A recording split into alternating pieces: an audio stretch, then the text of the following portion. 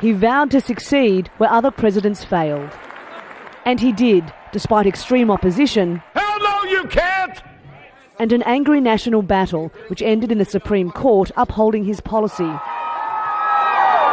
But Barack Obama's healthcare law, nicknamed Obamacare by his opponents, sharply divided the country. The government doesn't know best. What's good for me might not be best for everyone else here. I went, hooray! This court really gets it, understands people. Put this on your arm, and you got to sit real still for me, okay? Joanne Purifoy is a nurse at a community health centre in Buffalo, upstate New York. She says she's already seeing the benefits.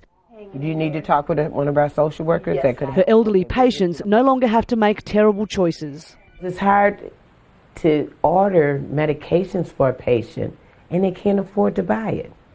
And especially with the senior citizens. You got this choice, shall I eat or should I take my medication? At the centre, word quickly spread that healthcare access has improved, not just for the old, but also immigrants and the poor, and that health insurance companies must now cover treatment for pre-existing conditions. The clinic's manager told us the financial burden has been eased.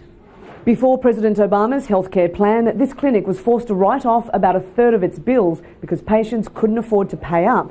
After Obamacare, about a quarter of those bills are now being paid. But polls show voters are deeply divided. The question is whether US citizens should be forced to have health insurance. Republicans have promised to repeal the law, arguing that it is up to the individual, not the government, to choose. And that means that your health insurance premiums would go up by $2,500 a person.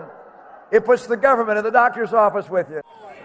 The coal industry is bigger. Some political analysts believe the policy became the symbol of the growing anti-Obama movement, which led to the Democrats' losses in the 2010 midterm elections.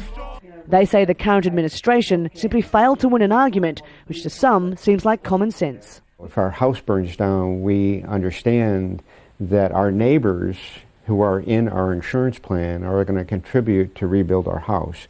We seem to accept that. And that's an important tenet of insurance. So if you're going to do universal health insurance, everybody must participate. If Barack Obama does recapture the White House, the fight over his healthcare overhaul will continue at a state level.